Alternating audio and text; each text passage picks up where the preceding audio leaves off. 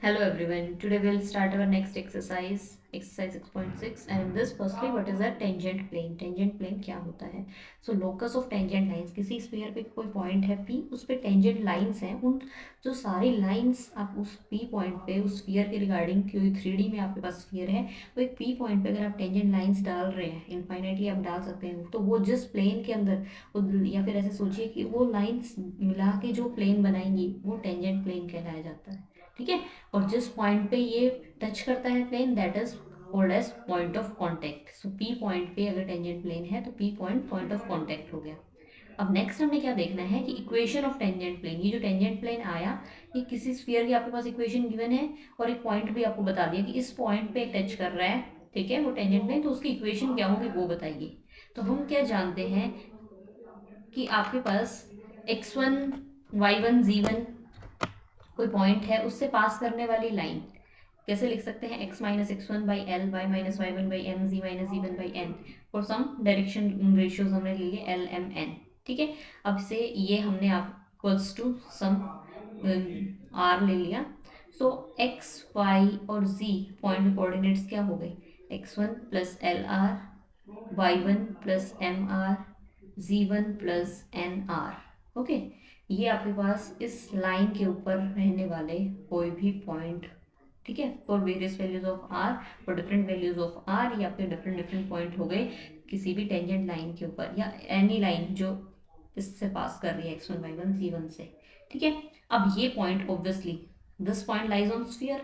तो अगर ये पॉइंट स्फीयर के ऊपर लाई कर रहा है, स्फीयर, बस फर्स्ट इक्वेशन मैंने डाल दी.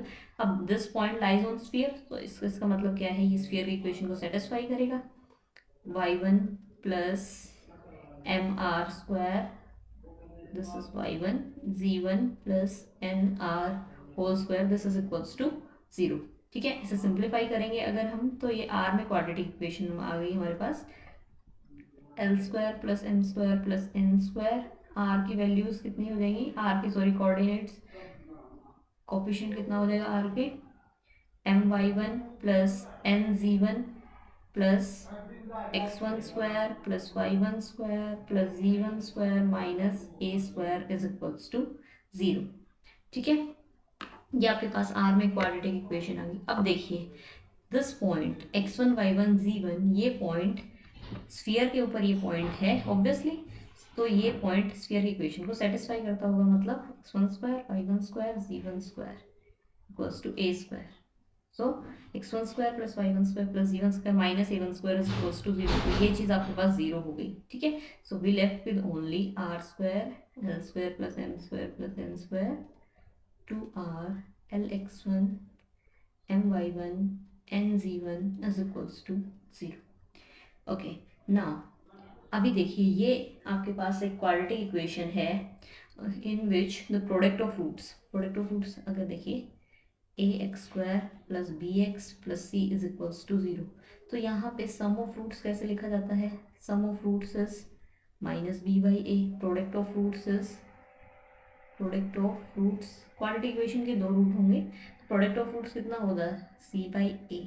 ओके. तो यहाँ पे देखिए, constant term divided by sum coefficient. Okay. So यहाँ पे कांस्टेंट टर्म ही 0 बन गई, तो it means product of roots of this equation, of this quadratic equation आपके पास 0 हो जाएगा. ओके. प्रोडक्ट ऑफ रूट्स 0 है, तो इट मीन देखिए, कोई भी अगर दो नंबर का प्रोडक्ट अगर 0 हो रहा है तो क्या पॉसिबिलिटी है हमारे पास कि आइदर आपके पास एक रूट या तो 0 रहा हो या दोनों ही रूट 0 रहे हो. ओके. अब देखिए, अब हमने क्या देखा था इससे पहले कि अब हमें ये देखना है, हमारे पास पॉसिबिलिटी दो आई है, उनमें से ये देखना है कि कौन से ट्रू है, मतलब कि क्या जो प्रोडक्ट ऑफ रूट्स में दोनों, इस सेकेंड इक्वेशन के दोनों रूट 0 है या एक रूट 0 है. अब देखिए, हमने ये आर्टिकल पीछे किया था कि अगर कोई लाइन स्फीयर को इस तरह से कट करती है तो दो रूट्स हमारे पास आते हैं, इंटरसेक्ट करती है इस तरह से. बट अगर कोई लाइन सिर्फ ऐसे टच करके निकलती है स्फीयर को, आपके स्फीयर को, तो वो रिपीटेड रूट्स आते हैं, मतलब दोनों सेम रूट आते हैं. तो अगर दोनों सेम रूट आ रहे हैं और मैं कह रही हूँ एटलीस्ट या तो एक 0, एक एटलीस्ट एक को 0 होना पड़ेगा, और दोनों रूट जब सेम है इट मीन्स क्या होगा? दोनों ही रूट 0 हो गए वहाँ पे. ठीक है. ये बात हमने ध्यान से समझनी है कि यहाँ पे दोनों ही रूट 0 हो गए, बिकॉज ये एक टेंजेंट लाइन के बारे में बात कर रहे हैं हम.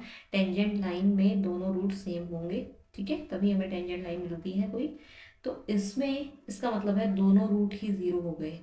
तो जब दो रूट ज़ीरो है तो उनका सम भी कितना आएगा, ज़ीरो। सम ऑफ रूट्स कैसे मिलता है, coefficient of r divided by coefficient of r square, twice of l x one plus m Y one plus N G one divided by L square plus M square plus N square is equals to zero.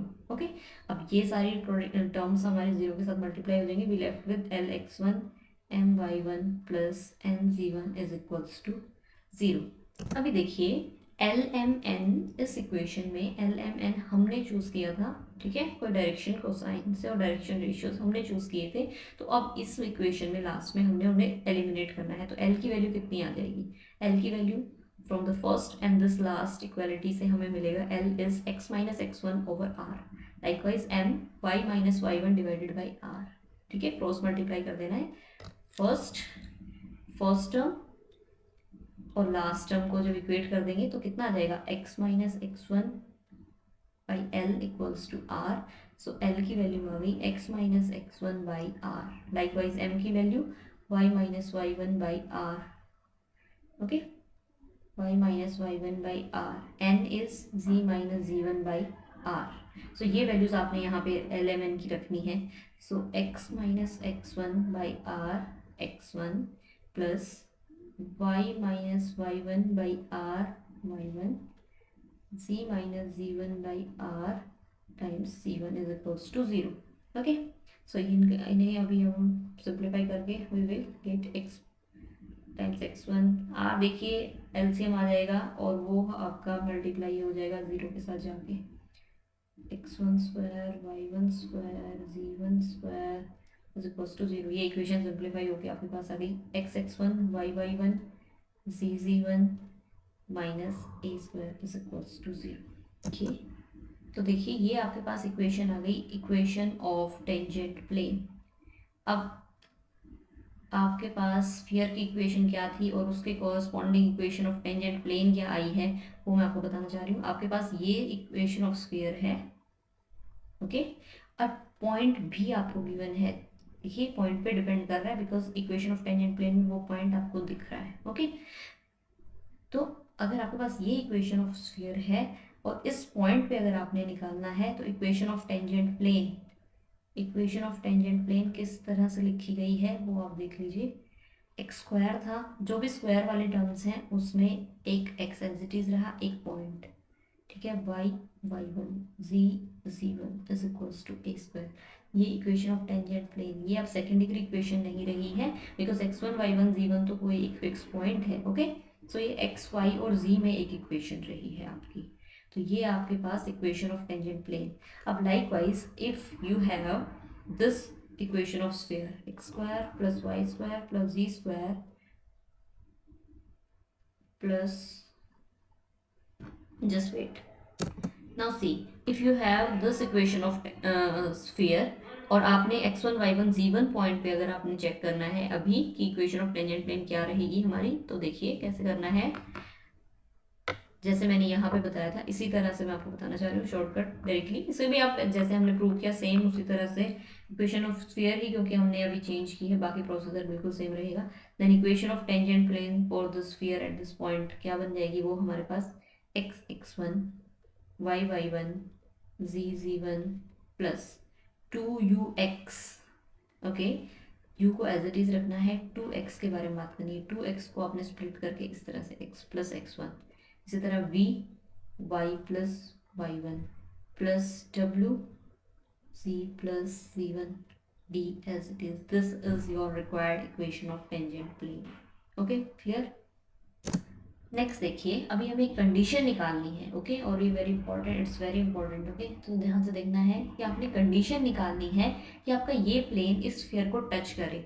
तो आपको condition का मतलब देखिए क्या है कि अगर वो जब जब कोई प्लेन और कोई स्फीयर उस कंडीशन को जो अभी हम निकालने वाले हैं उस कंडीशन को सेटिस्फाई करेगा तो आपका मत तो फिर हम ये डिपिक्ट कर सकते हैं उससे कि वो प्लेन और वो स्फीयर टच कर रहे हैं। ओके, तो ये आपके पास स्फीयर है whose center is 0 0 0 and whose radius is a, okay, the sphere की। और ये प्लेन है आपके पास, मान लीजिए ये कोई जनरल प्लेन है, equation is l x plus m y plus N z equals to p, ये प्लेन है। अब आपने कंडीशन निकालनी है कि ये इसे टच कर रहा होगा। तो आप एक चीज देखिए, जो आप परपेंडिकुलर डिस्टेंस लेंगे O2 से A, दिस परपेंडिकुलर डिस्टेंस, अगर कोई चीज़ मैंने पहले बताया है, अगर कोई आपके पास स्फीयर और प्लेन टच कर रहे हैं तो this perpendicular distance must equals to the radius. Okay, so the perpendicular distance OA is equals to radius of sphere. Okay, so ये कंडीशन आपने यूज करनी है, इसकी हेल्प से हम इसे सिंप्लीफाई कर सकते हैं। अब परपेंडिकुलर डिस्टेंस किसी 0 0 0 पॉइंट से ऑन दिस प्लेन कैसे निकलेगा, x की जगह पे 0 आ गया, l times of 0, m times of 0, n time 0 minus p divided by l square plus m square plus n square, this is equals to radius of sphere that is a, so we left with p divided by L square plus M square plus N square is equals to a, on squaring both side, दोनों तरफ हमने square किया तो हमें क्या मिलेगा, a square L square plus M square plus N square is equals to p square. ये आपके पास कंडीशन आ गई है कि आपके पास कोई स्फीयर, ठीक है, स्फीयर क्या, जिसके अंदर इस टाइप से, ओके ये भी बात ध्यान रखनी है कि ये कंडीशन जब आपके पास इस तरह से स्फीयर की इक्वेशन दी होगी उसी टाइम पे आपने यूज कर सकते हो ये कंडीशन, या फिर मैं सजेस्ट करूंगी कि आप कोई भी कंडीशन ऐसे याद ना रखें, आप इजीली जल्दी जल्दी कैलकुलेट कर पाएंगे अगर आपको बस ये कॉन्सेप्ट लगाना आता होगा तो।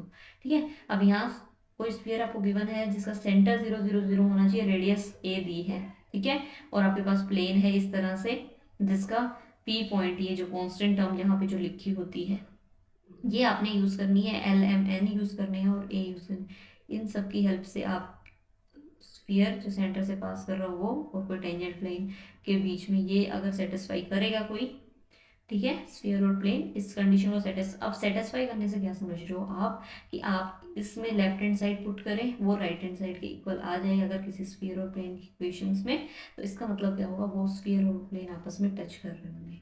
क्लियर, अभी अगर आपके पास इसी तरह से ये स्फीयर इस तरह से ना रह के 0 0 0 पे सेंटर ना रह के स्फीयर का जनरल अगर आपके पास इक्वेशन ऑफ स्फीयर हो तो उसकी कंडीशन कैसी रहेगी वो देखते हैं।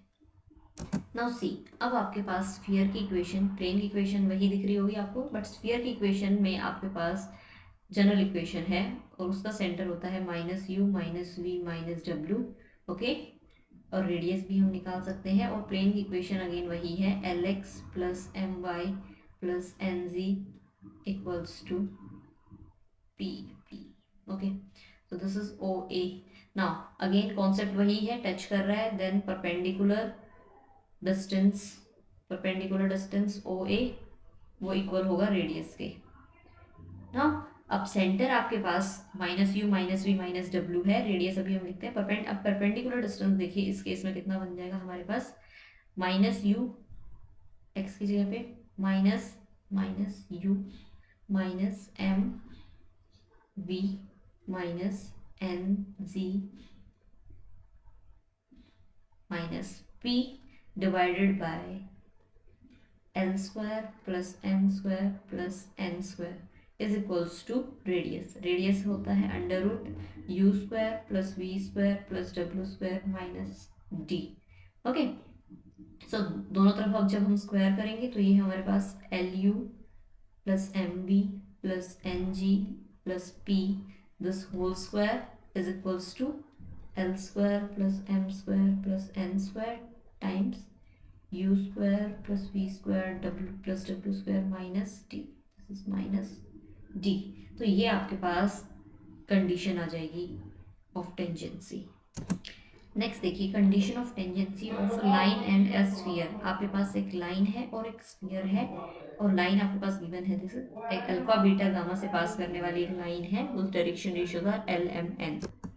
जनरल इक्वेशन ऑफ स्फीयर है, उस स्फीयर का सेंटर है -u -v -w। ओके, और इसकी रेडियस हम निकाल सकते हैं, बट आपके पास ये लाइन है, मान लीजिए passing from alpha beta gamma, और ये लाइन आपकी स्फीयर को टच कर रही है।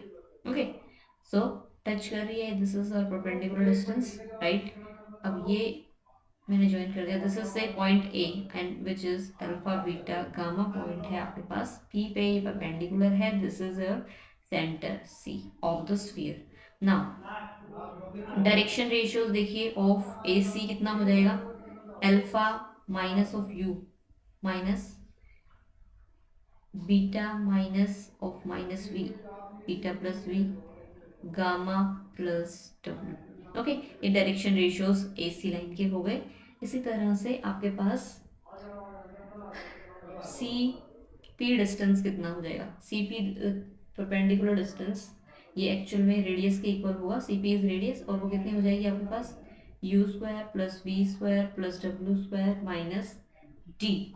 ठीक है, ये आपका direction ratios. A C length कितनी हो जाएगी, लेंथ ए सी निकालनी हो आपने, alpha plus U square beta plus V square gamma plus W whole square. Okay, ये आपके पास ए सी आ गया।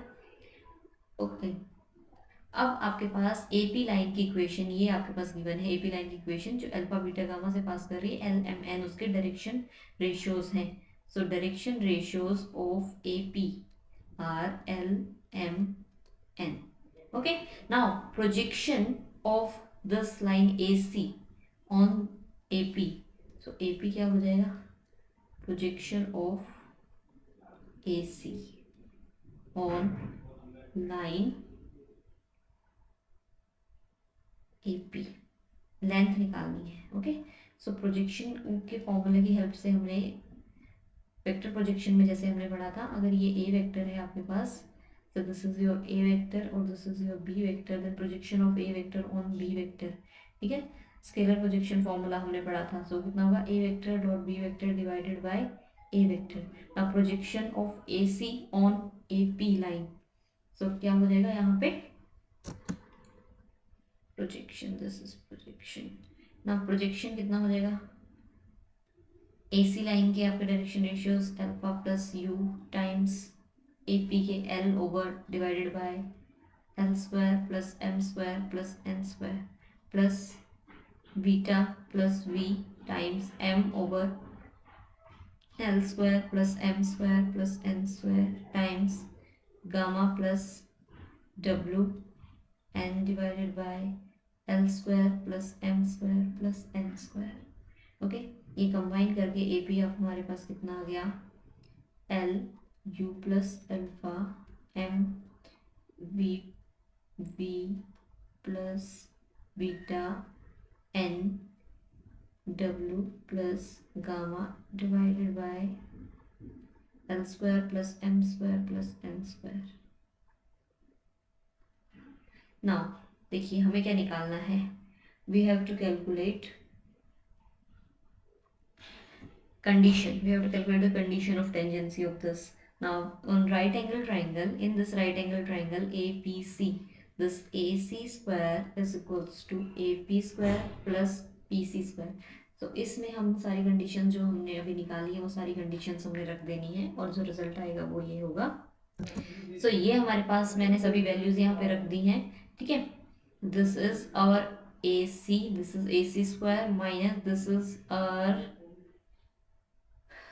just wait, this is our AP square is equals to PC square। किसी भी तरह से रख लीजिए, ये आपके पास फाइनल कंडीशन आ गई है, कंडीशन ऑफ टेंजेंसी, जब आपकी लाइन आपके गिवन स्फीयर को टच कर रही होगी। ओके,